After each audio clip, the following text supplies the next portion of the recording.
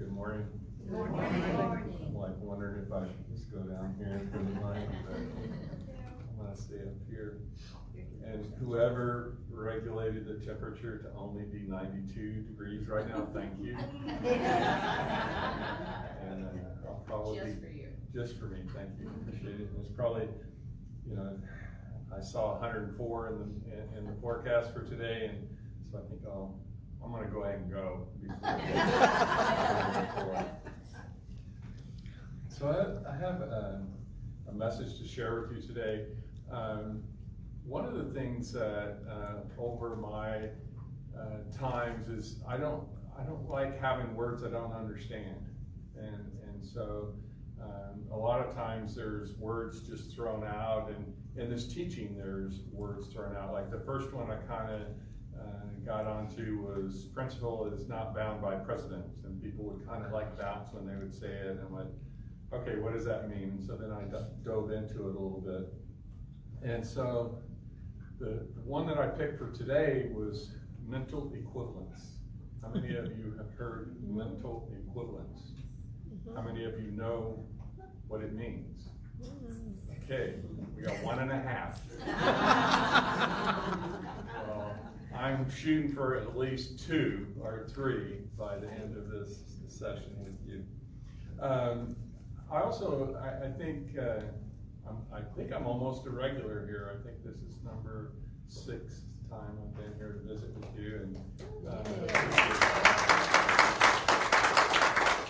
so I think you know that I like to reference movies whenever I'm talking, and so today is no exception. So it was pretty neat that I was working on this talk, and then a reel came up on Instagram while I was preparing for this talk. I was taking a little break reading it, and it was Jim Carrey, and I'm a big fan of Jim Carrey. And so Jim Carrey was being interviewed by Oprah, and so he's talking about early on in his career that he wrote himself a check for $10 million. And he wrote the date to be Thanksgiving 1995.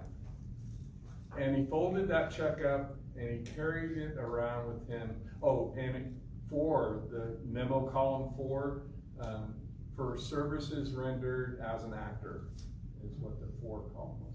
So he carried that around in his wallet for years and years and years.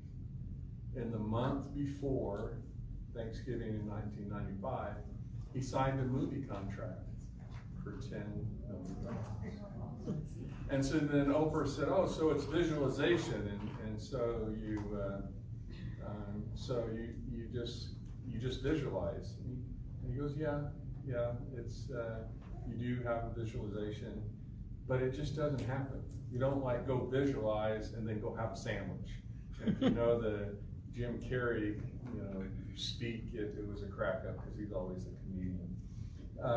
And so I thought that was good to open things up, and so hopefully but you are going to go just eat a sandwich at the potluck, but you kind of get what I'm talking about. So I started looking through. I have a lot of reference material at home, so I started looking through that, and the first place I go is the quotes, and so I went to the quotes, and it's like, nope, that doesn't work. Just more words that I would have to explain. Nope, that doesn't work. And I'm going through all of these, and so I finally came up with a Holmes quote that I wanted to share with you. And that quote is, "If we have a strong picture or mental concept of what we desire and hold to that mental equivalent, regardless of circumstances or conditions, we must sooner or later manifest according to the concept." So that was not exactly, here's mental equivalent definition. It was used in the sentence, but does everybody kind of get the idea of what I'm going to be talking about today? Okay. Well, that's more than 3 people. That's good. And so I talked to somebody about mental equivalence. I do a Wednesday night service, and it's not a service, it's really like a fireside chat where we have about a dozen people get together.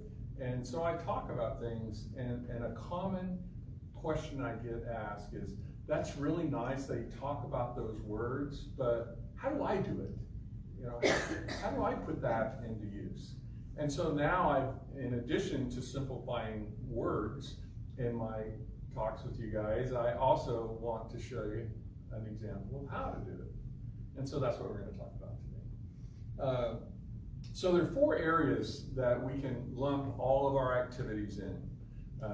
Ernest kind of helped us out with this. He said there's health, wealth, relationships, and creative self-expression. It's one of those 4 areas. And if we're having some challenges in our lives, probably one or more of those areas are out of balance. And so then by having this mental equivalent of something that we want, we can bring 1 or 2 of those areas back in balance. And he said what normally happens is they all become in balance as we head toward balance in 1 or 2 areas that's given us a problem. And so looking back at Jim Carrey, what are the 4, which of the 4 was that? What would you guess? So the choices are health, wealth, relationships, and creative self-expression. So Jim Carrey, which 2? Creative self-expression. And what was the other one? Wealth. See, you guys are catching on. All right. So where do you begin? Where do you begin? The first place that you have to begin is the realization that you have a choice. Whatever you're into today, whatever you're experiencing today, whatever you don't want to experience it today, you always have a choice to not do that or to not experience that. And so that's the first step, is that you have to have a choice. Make a choice. And then you have to create a detailed vision of what is this new you. So do you think Jim Carrey kind of envisioned, you know, playing baseball or something for his check? No, it was all about acting. So he got on a sitcom and he just went not what was expected of him in that sitcom. He stood out, and by standing out in that sitcom, when that sitcom ended, he had the movie deals lined up. And because he was focusing on how to be better and better in his acting. So you create that detailed vision, and then you meditate and you think about it, and you allow the new thoughts to come in, because they will. Spirit will tell you the answers that you need to know as you ask the question. But in this world that we have, where, you know, you get text, you get Instagram, and you got Facebook, you got all of this stuff, our mind is distracted, going a gazillion miles an hour. We have to stop and give space for Spirit to talk to us. So once you give that Spirit some space, then the ideas will start coming to you because you've asked for them. And so as they start coming to you, there's a really key piece here, and that is you have to add emotion. You have to really want what you're after. And that's a factor in all creation, not just talking mental equivalence, but if you want something, you have to, 1, have the thought, and 2, have the emotion behind it. It's got to come from the heart as well as the mind. Because you could come up with all the logical reasons on why you should have what you're going to have, but it's only when it comes. Have you ever experienced that from somebody? You can look at them and you go, that's coming from their heart. That is a passion. Have you seen that in people before? And then have you also seen the other people that get up and recite, you know, this is what happiness is. Now, all of you be happy. I'm telling you that, right? Have you seen that too? And so you look at that person, you go, right, you know, go ahead and move on. But that person that has the passion, you want to know more. Even if it's something that you're not really interested in, you feel that passion and you want to know more. You want to more. You want to connect. You feel it. So that emotion is very important. And then you have to know it's going to happen. You just have to know it. Now, as you look at the people, one of the things I've said before about the earth, it is like, just realize that nothing has been added to the earth since it was created. Nothing. All of the minerals, all of the substance, everything has been here from the beginning. But do we look today like we did in the caveman days or the dinosaur days? No. So why do we not look that way? Well, because we've used our choices, or our intelligence, to come to where we are today. Well, that's the same thing of you as an individual. Do you have less than Jim Carrey in the mind and in the body and how it works? Do you have less? No. The person that is homeless and is struggling, do you have more than them? No, you don't. And so as you realize that, then you can realize that the potential of your dreams can be realized. You envision it, you have passion for it, and you go after it. And you don't accept no for an answer. And so I wanted to share with you a little choice that I made. So I think everybody knows, and if you don't, you know it now, that my motto is happy is a choice and I choose happy. That's pretty general, right? And so it's like, can you be happy in every aspect of your life at every moment? Maybe, but it's not validated except in each one of those moments. And so a moment I want to share about with you, the two areas were self-expression, createdness, and relationships. So I play golf, and I like golf. My sons play golf. And so I want to play golf, but what I see people, when I was first going out, I would see people miss a shot, and I would hear cuss words that I really haven't heard before in that loud of tone and that strung together. And I went, wow, that guy must be upset. And then I did not know there was a sport in golf of throwing clubs to see how far the club could go. I actually saw an Instagram this morning, somebody has the record in 2020 of throwing a club 199 feet, and that's the record. And so it's like, okay, so I started learning the things that when I envisioned my golf experience that I didn't want. One was getting mad. Another one that a pro even did it a few months ago. They got so mad they broke one of their clubs across their knee, and that club wasn't available to them anymore, but they felt that that was their expression. And so I have all of these things that I ruled out. So I'm not going to do the cussing, I'm not throwing my clubs, I'm not breaking them over my knee. And some other ones more subtle is that I wouldn't get perturbed. I wouldn't get perturbed about my play. I wouldn't get perturbed about whoever is with me, their play. I just wouldn't get perturbed. That's one of my visions of my playing golf. And so then what I did observe is me having a good time. And then the other thing that I would say is that is 4 hours of undivided attention. I guess it's divided, but focused attention with my sons, each one of them or both of them at the same time. And that I cherish. So I'm a big family man, and so to be with my son for 4 hours and us having fun and having conversation, that's what it's all about for me. And so that was my vision. And I've been working on this for a while. The happy is a choice. I choose happy has been a motto for probably 20 or more years. The golfing, attempting to golf, at least trying to hit the little ball, has been happening for over 25 years. So it's been happening a lot. So let me share something that happened with me 2 weeks ago. 2 weeks ago, well, I'm going to actually go 3 weeks ago. Okay, so 3 weeks ago, my son and I are all scheduled to go out on this course that we like, and it's prepaid, so I paid for it, and the reservation's there, I'm there, and my son can't make it. And so then I'm going, okay, he can't make it, so do I just get all disgruntled and get in my car and drive home? And I was like, no, I'm gonna golf. And so I was by myself, but I golfed and I enjoyed it and I had a good time. And that was good because I've been working on this, enjoying the experience of playing golf. And then 2 weeks ago, I was golfing with my son, and we were golfing at a pretty inexpensive course because that's what we do because we're not any good, right? So we keep the money down because we need to spend the money that's down, we need to spend that for balls because we lose all these balls and have them divided. But anyway, so we're at this course, and the people behind us are not happy with how we're playing, how quickly we're playing.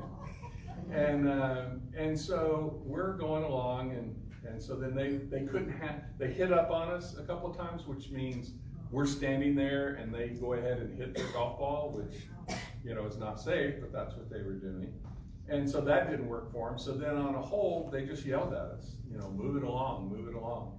And so an old me would go have a few kind words, not with them, and join in the yelling and all of that. But this new vision is like, no, I'm not going to do that. That's all about them, not about me. And so what did I do, though? I didn't do that. I didn't yell at them. But if this happened probably a year ago or so, I wouldn't verbalize anything, but inside, man, I'm in there, oh, I mean, beat the guy up or strangle his throat. And I would be all wound up for probably the rest of the round. And so whenever I'm hitting my ball, I couldn't concentrate, so I would get worse and worse and worse. And it was all because that guy had yelled. But no, it wasn't. It was how I was doing internally. And so the event that happened a couple of weeks ago, it irritated me, but I was able to move on. My game kept going, and so I went, oh, good. You know, that's a good sign. So then just last week on Wednesday, I have a friend. We go out and we golf at a Navy course by my place, and we golf for 9 holes, and it's just fun. It's an hour and a half, and we get to visit and all. And so we're doing that, and we come up to the tee, and we have a 7:08 tee time. So we come up, and it's 7:08, and it's before that, like 7:04, and then there are 4 people in front of us.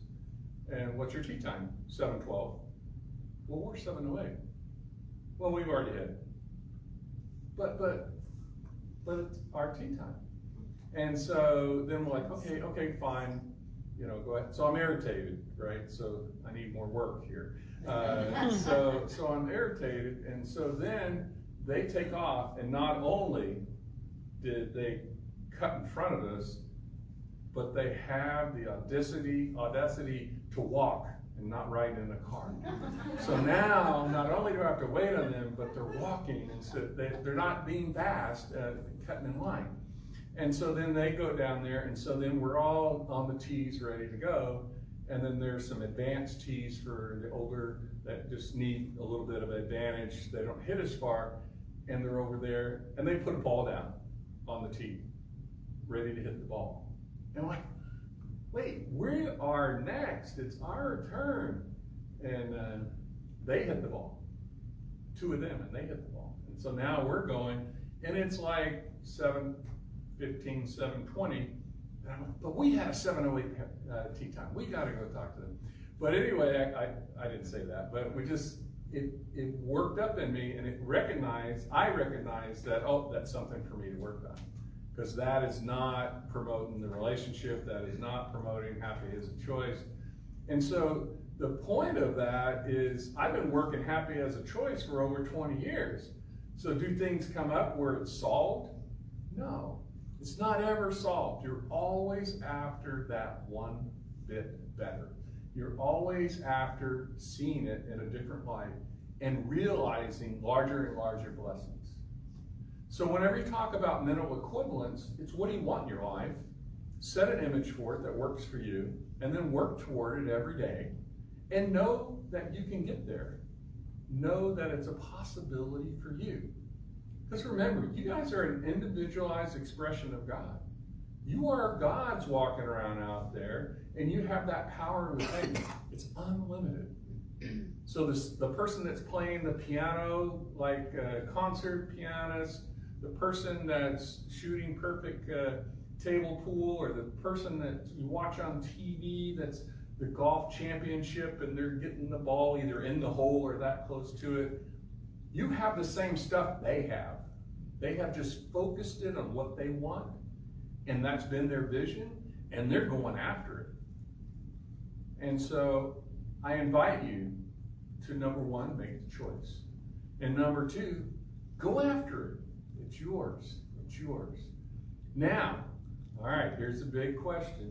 How many of you understand what mental equivalence is now? 1, 2, 3. Okay. All right, I got more than 1.5, so I'm pleased. So know that you're blessed. Know that the universe says yes. Know that it's always in your favor. And if it's not in your favor, it doesn't mean it's not in your favor. It just means you're not looking at it right. You're not looking for that good that's there, because it is always there. Love is always the answer. Love is always there, and it's always available to you. And so it is. So it is.